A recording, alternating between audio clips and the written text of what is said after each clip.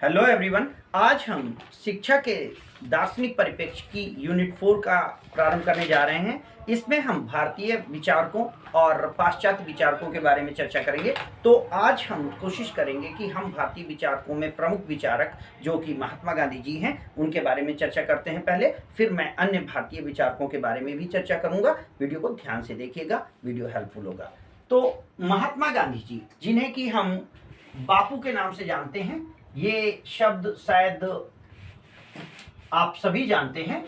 इनका जन्म 2 अक्टूबर 1869 में पोरबंदर में हुआ था, जो गुजरात में पड़ता है। इनके पिताजी का नाम करमचंद और माताजी का नाम पुतलीबाई था। माताजी का नाम अक्सर प्रायोगिक परीक्षाओं में पूछा जाता है। पिता राजकोट के दीवान थे और माता जो पुतलीबाई थी वो धार्मिक सिद्धांतों की एक महिला थी। इनका शिक्षा का बेसिक उसमें जो व्यावसायिक है, 1891 में इन्होंने इंग्लैंड से वकालत की शिक्षा पास की है और उसके बाद 1893 में एक केस के सिलसिले में इनको दक्षिण अफ्रीका जाना पड़ा था। तो दक्षिण अफ्रीका जाने पर, जहां पर कि ये दक्षिण अफ्रीका जा रहे थे, तो वहां पर इनके साथ जो इनजस्टिस हुआ, जो अन्याय हुआ, उसे हम अपार्थीड कहते हैं। यानी रंग भेद की नीति के तहत काले लोगों को, जिनके पास अधिकार को यूज करने की सामर्थ्य भी थी, गांधी जी के पास ट्रेन में टिकट भी था और वो डुली अटेस्टेड था, लीगल था। Even then he was not allowed to travel through train because he was not a white people. तो गांधी जी को चूंकि ट्रेन से इस वजह से निकाल दिया गया था, रिजर्वेशन के उस डब्बे से, क्योंकि वो एक अश्वेत थे, ब्लैक पीपल थे, एशियाई पर्सन थे, और इस बात को गांधी जी बर्दाश्त नहीं कर पाए और वहां पर उन्होंने जुलू नटाल कांग्रेस के नाम से एक संघ का आयोजन किया और वहां पर सत्याग्रह, सत्य का आग्रह, request to follow the truth के नाम से एक आंदोलन चलाया, जो वहां सक्सेसफुल रहा। और गांधी जी का वो एक्सपेरिमेंट गांधी जी ने लेटर ऑन इंडिया में भी लागू किया। तो यहां पर हम चूंकि शैक्षिक विचारधारा को देख रहे हैं तो हम राजनीतिक चर्चा नहीं करेंगे। तो गांधी जी जब हमारे वापस भारत आते हैं, तो इनका 1915 में भारत आए हैं और ये 6 से 7 जनवरी के बीच का टाइम था। इसी के कारण इसे अप्रवासी भारतीय दिवस के रूप में मनाया जाता है। अब गांधी जी के दर्शन की 3 मीमांसाएं हैं: तत्व मीमांसा, ज्ञान मीमांसा, आचार मीमांसा। हम पहले ही चर्चा कर चुके हैं। तत्व मीमांसा बताता है कि ओरिजिनली उनका दर्शन क्या था। ज्ञान मीमांसा बताता है कि उनके दर्शन का स्रोत क्या था, कहां से उनके दर्शन को बल मिला, उन्होंने कैसे उस चीज को सीखा। और आचार मीमांसा बताता है कि उनका दर्शन आज हमारे लिए कितना उपयोगी है या कैसे हम उनके दर्शन को फॉलो करके अपने आप को बेहतर बना सकते हैं। तो ज्ञान तत्व मीमांसा कहती है, गांधी जी की तत्व मीमांसा है कि हरिजन, हरि के जन, यहां पर ध्यान रखिएगा, मनुष्य को इन्होंने सर्वश्रेष्ठ माना है। इन्होंने कहा है मानवता की सेवा भगवान की सेवा है।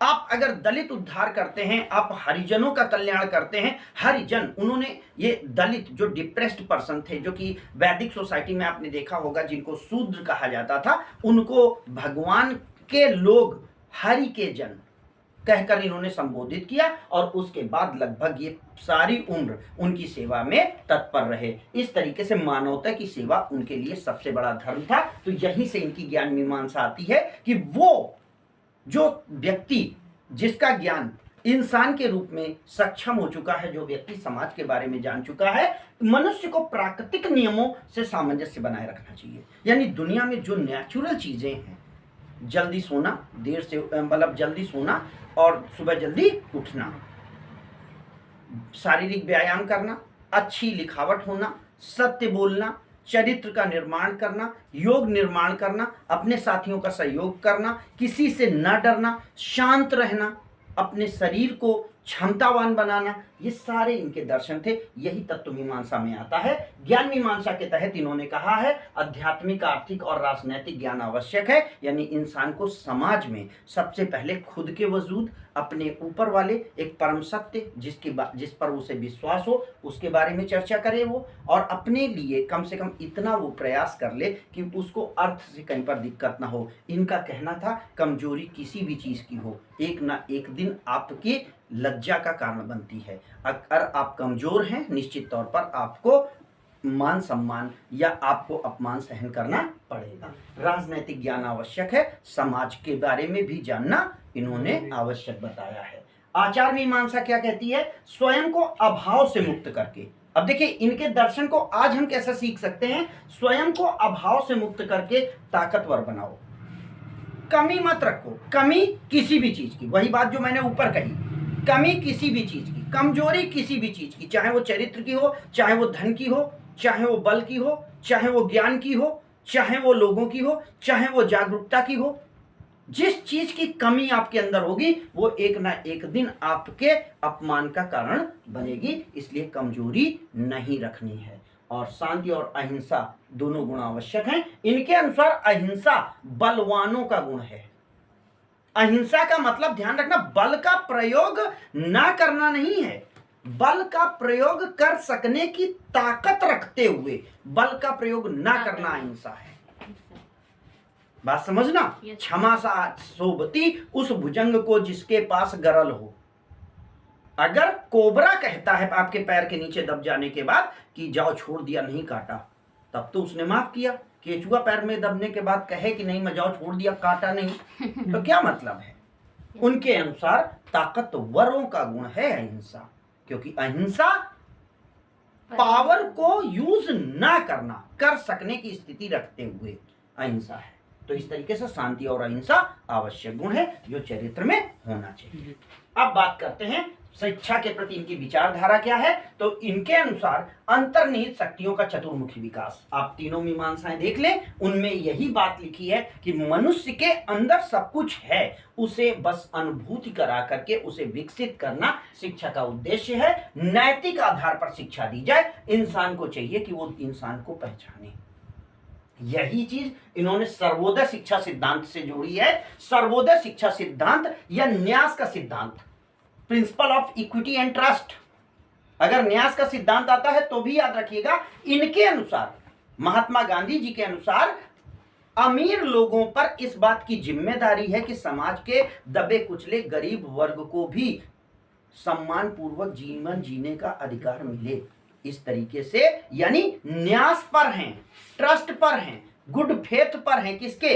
अमीर लोगों के, यानी गरीब लोगों को अच्छा जीवन दिया जाए। ये एक समाज की और सरकार की जिम्मेदारी है। हर व्यक्ति को बराबर के अवसर प्राप्त हो, हर व्यक्ति को अपना विकास करने के अवसर प्राप्त हो। इस बात को ही सर्वोदय सिद्धांत कहा गया है, जिसमें गांधी जी ने सर्वधर्म समभाव के साथ साथ सर्वजन उदय की बात करी। सबको आगे बढ़ने का मौका मिले, ऐसी कोशिश की जाए।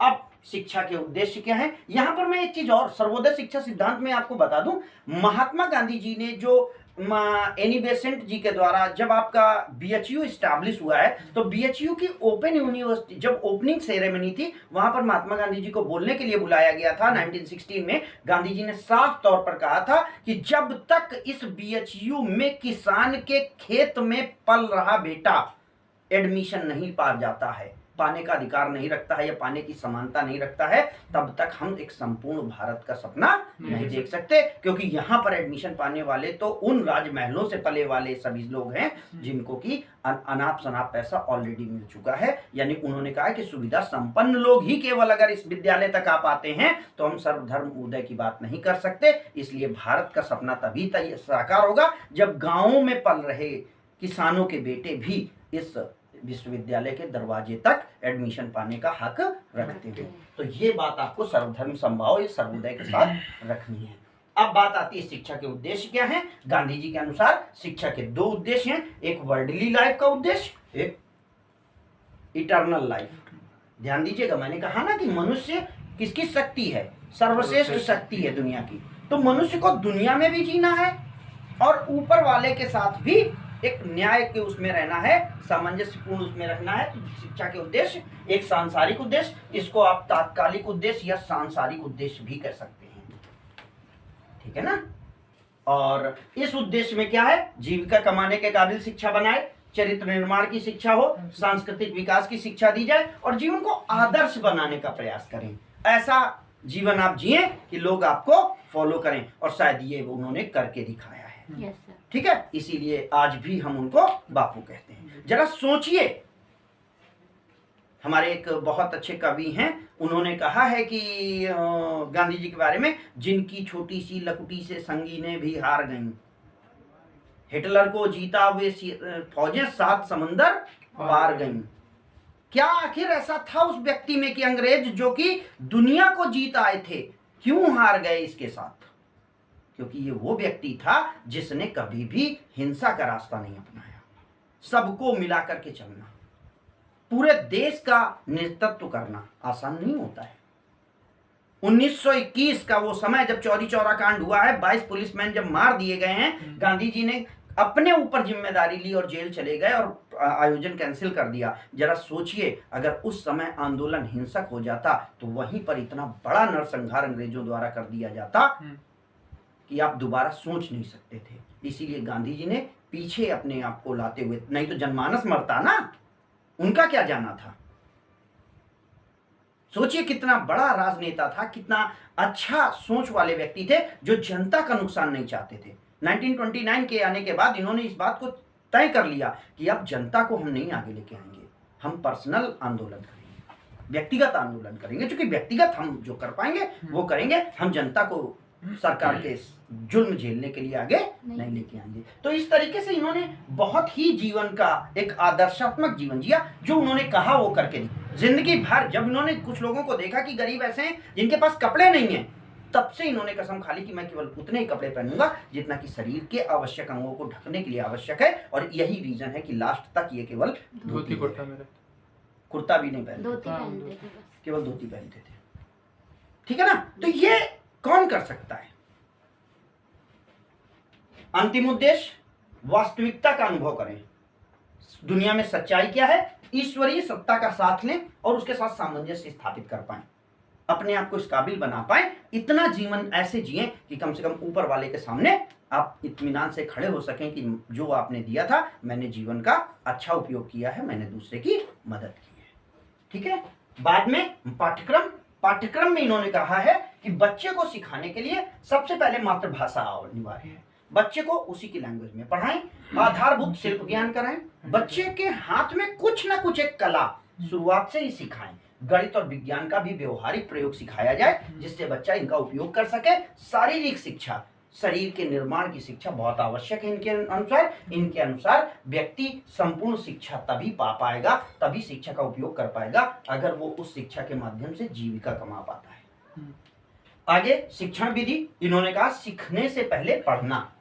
आज हम अगर पेडागॉजी ऑफ टीचिंग देखें तो उसमें सुबोपली होता है, सुनना, बोलना, पढ़ना, लिखना। बच्चे को हम पहले सुनाते हैं, फिर उससे बुलवाते हैं, फिर उससे हम पढ़ते हैं, फिर उससे लिखवाते हैं। तो यहां पर भी इन्होंने कहा कि आप पहले उसे पढ़ना सिखाएं। और दूसरी चीज, वर्णमाला लिखने से पहले आर्ट का अभ्यास कराएं। एक सुंदर हैंड राइटिंग बहुत इंपॉर्टेंट है इनके अकॉर्डिंग। इन्होंने कहा कि बच्चे को पहले आर्ट सिखाएं जिससे कि वो सही अक्षर बना पाए। जैसे गोला बनाना, आपने ध्यान दिया होगा बहुत सारे बच्चे गोल गोला नहीं बना पाते। मेरी भी ये कमी है कि मुझसे अगर कहो कि गोल गोला बनाइए तो बहुत कम बना पाएंगे। ये नहीं बना, ओवल है, चेक कर लो। तो बहुत सारे लोग ऐसे हैं।